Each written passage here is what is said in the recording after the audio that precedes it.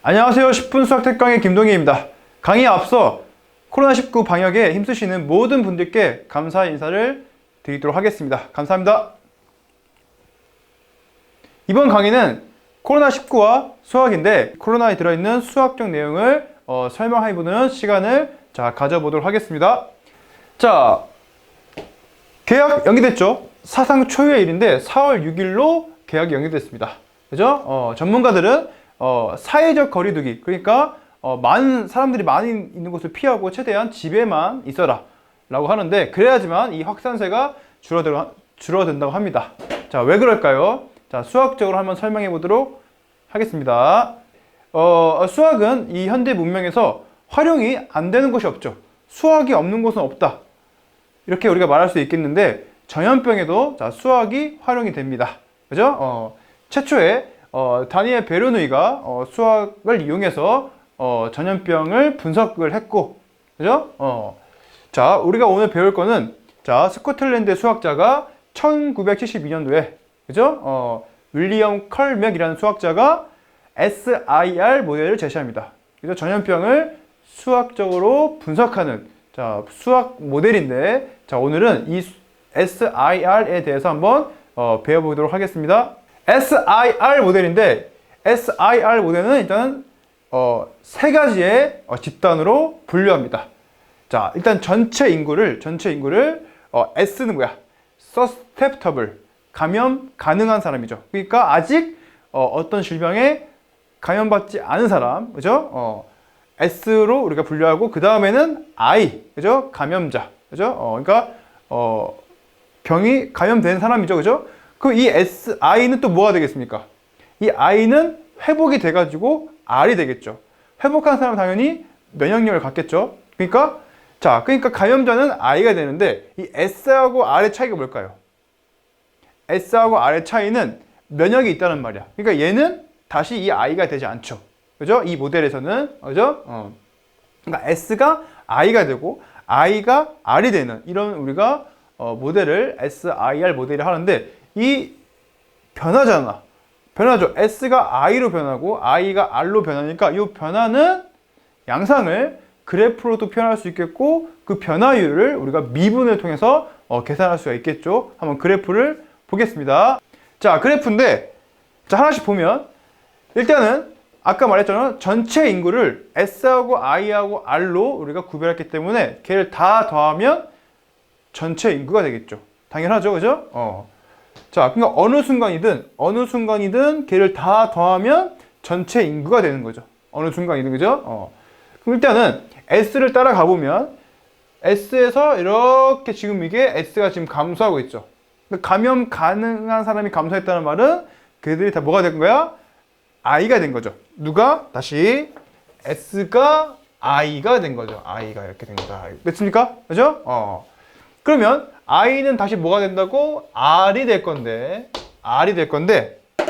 자, S는 이렇게 계속 감소해서 이렇게 되는 거고, 자, I를 보면, 자, 감염자가 이렇게 증가했다가 어느 점을 기점으로, 그죠? 이거 우리가 수학적으로 극대점이라고 하죠. 이 극대점을 기준으로 해가지고 이렇게 감소하겠죠. 자, I가 왜 감소하죠? 이 감염자가 뭐가 되면, 이 회복자가 다 돼버리면 결국 마지막에는 이 회복자, 이 R만 남는 이런 상황이 됩니다. 이해했습니까? 그죠? 그러면 우리가 이 I를 다른 말로 정확히 어떻게 말할 수 있냐면, 순감염자 이렇게 말할 수 있어요. 순감염자, 그죠? 순감염자, 그죠? 그러면 이 R은 회복자인데, 그럼 R은 모두 다 뭐였겠어요? 저 감염자였겠죠? I에서 온 거니까, 그죠? 그러니까 누적 감염자 또는 누적 확진자라고 하죠. 같은 말이죠, 그죠? 감염자가 확진자 같은 말인데, 얘는 R하고 그래프가 똑같아. 근데 평행이동.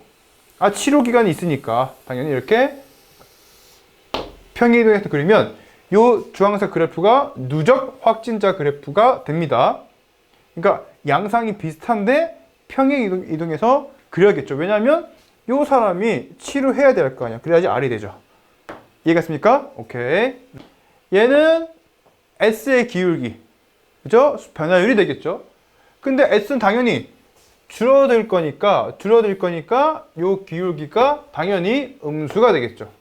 그죠? 그럼 요놈은 누구에 비례하냐? 그죠? S하고 I에 현재 비례하는데, 당연히 생각해보면, 그죠? 얘가 절대값이 크다는 것은 기울기가 크다는 말이고, 요 S, 감염 가능한 사람이 감염자가 되는 비율이 높다, 이런 말이죠. 그죠? 그러니까 S, 감염 가능한 사람이 많으면 많을수록 우리 감염이 빨리 일어나겠죠. 무슨 말이냐면 인구가 적은 거랑 인구가 많은 걸 생각해봐. 그죠? 당연히 인구가 많을수록, 그죠? 우리가 감염 가능한 사람이 감염자가 되는 비율이 높아지겠죠. 아이도 마찬가지. 아이가 또 커지면 커질수록 또 얘가 기울기가 더 커지겠죠. 무슨 말이냐면, 자, 우리 이 전체에서 감염자, 그죠? 감염자, 확진자가 많으면 많아질수록 그 확진자가 또 퍼뜨릴 거니까 당연히 또 기울기가 커진다, 이렇게 말할 수가 있겠고, 자, 얘는, 자, 요 I에서 R로 되는 요 기울기가 되고, 문제는 얘입니다. 얘 뭐가 되겠어? 얘는 봐봐. 자, 얘는 어느 순간은 이렇게 올라갔다가 어느 순간 이렇게 내려오죠. 보입니까? 그러면 이 올라갈 때는 요 기울기가 양수겠죠. 맞습니까? 그러면 요 감염자가 증가하게 된다. 그죠? 요 순간까지는 얘가 양수이기 때문에 기울기가 증가한다 라고 말할 수 있고, 음수일 때는 요 I가 감소한다. 기울기가 음수니까 당연히 이렇게 기울기가 음수니까 이렇게 감소하는 이런 상황이 되겠죠. 그죠? 자, 그럼 우리가 얘를 어떻게 또 설명할 수 있냐? 자, I 보이죠? 그 양변에 I로 약분해봐. 그래서 B를 넘겨봐. 그럼 뭐가 돼? 일단 AS에, 그죠? 자, B 이렇게 되겠죠.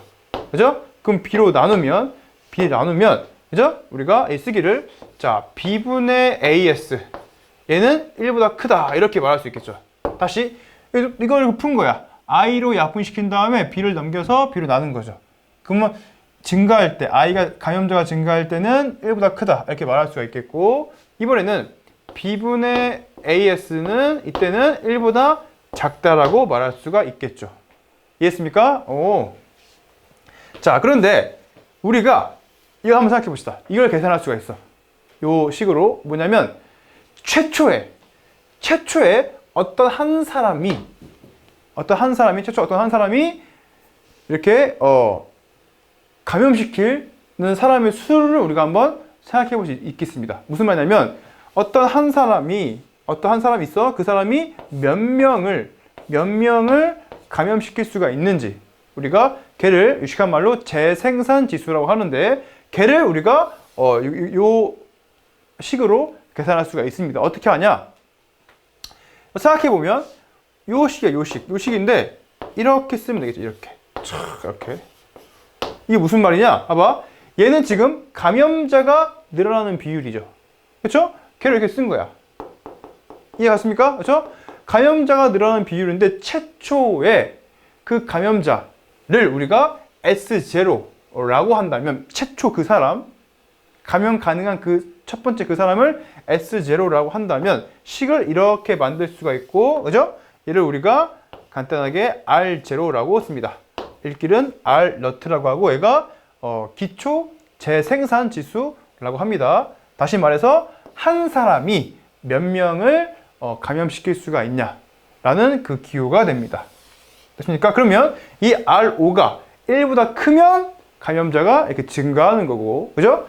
R5가 1보다 작으면 감염자가 감소하는.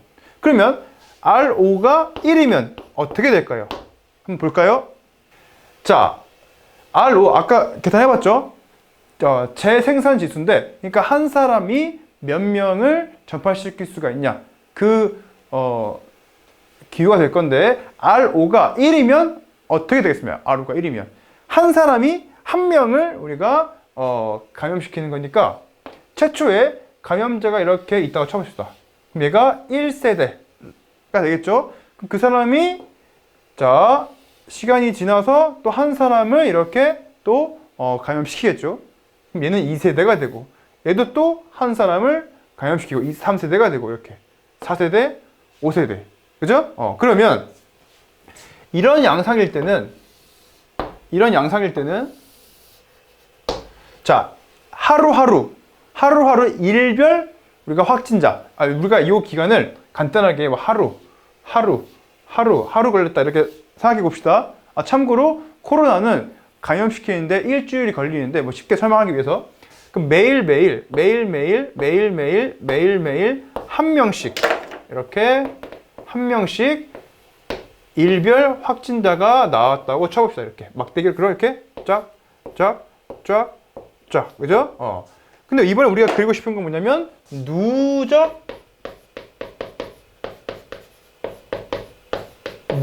확진자 그래프가 되겠습니다. 그죠? 그 얘를 그냥 다 합치는 거야. 매일매일. 그죠? 그러면 첫날에는 한 명인데 두 번째는 몇 명이야? 2명이지. 그죠? 이거 합해야 되니까 누적이니까. 그죠? 세 번째는 3명이고 네 번째는 4명이고 다섯 번째는 5명. 이렇게 직선으로 1차 함수꼴로 이렇게 올라간다. 이렇게 말할 수가 있겠습니다. 그럼 R5가 1이면 요 누적 확진자 그래프가 이렇게 직선으로 올라가는구나. 되겠죠? 오케이. 자, 이번에는 R5가 2일 때 볼까요? 자, R5가 2라는 말은 자, 한 사람이 2명씩 우리가 전파를 하는 거죠. 그러면 1세대가 1명이라고 치면 2세대는 몇 명이야? 1명이 치면 2명이 되겠죠. 2배씩 늘어나겠죠. 그죠? 그럼 얘는 또 얘가 2개. 얘가 2개니까 3세대는 4명이 되고 자, 4세대는 또 두 배인 8명이 되겠죠. 오케이? 이렇게 매일매일 나오는 확진자가 2배씩 늘어난다. 이렇게 말할 수 있겠죠. 오케이? 누적 확진자를 구한다면 1 더하기 2 더하기 3 더하기 무슨 말이야? 자, 4 더하기 8 더하기 이렇게 나가겠죠. 그러니까 얘는 지금 등비수열의 합이죠. 계속 더해 나간다면 등비급수가 되겠다. 그렇죠? 그러면 이 R은 무슨 역할을 하겠어요? R0는 공비 역할을 하겠죠. 그죠? 그럼 공비가 A보다 크다는 말은 발산한다. 폭발적으로 증가한다. 한번 그려볼까요? 자. 매일매일 나오는 것은 자, 하루, 이틀, 3일, 4일 이렇게 한번 그려보면 첫날에는 1명 나왔어. 두 번째 날에는 2명 나왔네. 2배. 세 번째 날에는 4명 나왔다. 그죠? 네 번째 날에는 몇 명? 8명 나왔다. 이렇게 우리가 하는 건데 지금 얘를 이으는 게 누적이 아니죠. 누적은 뭐 누적이라는 것은 첫날에는 1명 했습니까? 두 번째 날에는 요 둘을 더해야 될 거 아니야. 3명이죠. 3명. 이렇게. 됐습니까? 네 번째 날에는 얘를 더해야겠죠. 그죠? 7명 이렇게. 그 다음에 네 번째 날에는 다 이렇게 더해야 되니까 쭉 이렇게 올라가서 이런 그래프 모양이 됩니다. 이렇게 폭발적으로 증가하는 지수 함수 꼴이 되겠습니다. 이렇게. 자, 그럼 얘를 다시 한번 생각해 보면 자, 이렇게 그릴 수 있고 자, 밑에 거는 일별 확진자 수가 되겠고 빨간색 이 그래프는 자, 누적 확진자 수가 되겠죠. 이렇게 폭발적으로 증가하니까 아래로 볼록한 그래프 모양이 되겠습니다. 자, 매일 같은 간격으로 이렇게 잘라보면 매일 같은 간격 잘라봤을 때 그죠? 하루 동안 2명 늘었어. 됐습니까? 하루 동안 이번에는 4명 늘었어. 하루 동안 이번에는 8명 늘었다. 매일매일 늘어나는 것이 증가한다. 이렇게 우리가 생각해 볼 수가 있겠습니다. 자, 그러면 R5가 1보다 작으면 어떻게 되겠습니까? 한번 볼까요? 자, 그러면 R5가 1보다 작아. 예를 들면 우리가 2분의 1이라고 합시다. 그죠? 처음에 우리가 감염된 사람이 예를 들면 반대로 16명이라고 해봐. 처음에. 그러면 그 두 번째 세대에는 2분의 1인 거니까 8명이 감염되겠죠. 그 다음에는 4명. 그 다음에는 2명. 그 다음에는 우리가 1명. 이렇게 되고 누적이니까 얘를 다 더한 꼴이 되겠죠. 이렇게 다 더한 꼴이 된다. 그죠? 그럼 우리가 RO가 2분의 1일 때는 누적 그래프는 어떻게 될까요? 누적 그래프. 매일매일 확진자가 줄어들겠죠. 매일매일 나오는 확진자가. 그러니까 그래프의 모양이 이런 식으로 위로 볼록한 로그 함수 꼴이 됩니다. 자, 무슨 말이냐? 아까 마찬가지로 자, 같은 간격으로 매일매일이니까 같은 간격으로 이렇게 잘라봐. 이렇게 같은 간격으로 이렇게. 그지? 그러면 하루 동안 얼마큼 늘었냐? 16명 이렇게. 됐습니까? 아니다. 8명 이렇게 8명. 그죠? 됐습니까? 하루 동안 얼마큼 늘었냐? 4명. 하루 동안 얼마큼 늘었냐? 2명. 하루 동안 얼마큼 늘었냐? 1명. 매일매일 느는 게 지금 줄어들고 있죠. 그렇죠? 그러니까 이렇게 위로 볼록한 로그 함수 꼴로 그려질 수밖에 없다. 이렇게 우리가 설명할 수 있겠습니다. 자, 그럼 우리가 일반적으로 어떤 전염 관련돼서 그래프를 그려보면, 자, 어떤 질병이 누적 확진자 그래프를 그려보면 당연히 누적 확진자니까 항상 이렇게 증가할 수밖에 없겠죠. 기울기의 양수일 수밖에 없는데, 자, 초반에는 이렇게 아래로 볼록한 지수 함수꼴로 증가를 합니다. 지수 함수. 그러니까 R0 이놈이 1보다 크다는 거죠. 됐습니까? 그 어느 순간 이 가운데쯤에는 이렇게 직선으로 증가한다는 말은 대충 R5가 1이다. 위로 볼록하다는 말은 이번에는 R5가 이번에는 1보다 작아지면 이 증가 추세가 이렇게 감소하겠죠. 그죠? 그 그래프가 납작해진다 이렇게 말할 수 있겠습니다. 이때는 가파르게 올라가는 아래로 볼록 지수함수, 1차 함수, 로그 함수 납작해진다 이렇게 말할 수 있겠죠. 그리고 우리가 이 아래로 볼록에서 위로 볼록으로 가는 그 순간을 우리가 변곡점이라고 하겠죠. 변곡점. 그죠? 이게 중요한 순간입니다. 이게 R5가 1보다 클 때에서 1보다 작아질 때로 변하는 그 순간이 되겠죠. 이 순간이 희망적인 우리가 희망을 볼 수 있는 순간이라고 하겠습니다. 자, 그러면 우리는 R5를 어떻게 낮출 수가 있냐? 자, 식을 보면 아는데, 자, 앞에서 배웠듯이 R5라는 것은 이렇게 우리가 만들 수가 있겠습니다. 그 A는 뭐냐면 A는 아까 뭐였죠? A는 전파율인데 전파율. 그다음에 B는 뭐였죠? 회복률이 된다. 회복률. 그죠? 그러면 R0가 낮아지면 낮아질수록 1보다 작아지면 우리가 확산세를 늦췄다 이렇게 말할 수가 있는 건데, 얘가 지금 낮아지려면 어떻게 해야 돼? A가 어떻게 해야 돼? A는 작아져야 되고 B는 커져야겠. 당연히 그죠? 분자는 작아지고 분모는 커져야겠죠. 그러면 얘는 어떻게 커질 수가 있냐? 회복률이라는 것은 그죠? 확진자가 치료 받아서 그죠? 회복되는 비율이 되겠는데, 회복률은 당연히 치료를 열심히 하고 그죠? 또는 치료제가 나오면 이렇게 회복률이 이렇게 급격하게 올라가겠죠. 자, 그러면 요 전파율을 어떻게 우리가 낮출 수가 있냐?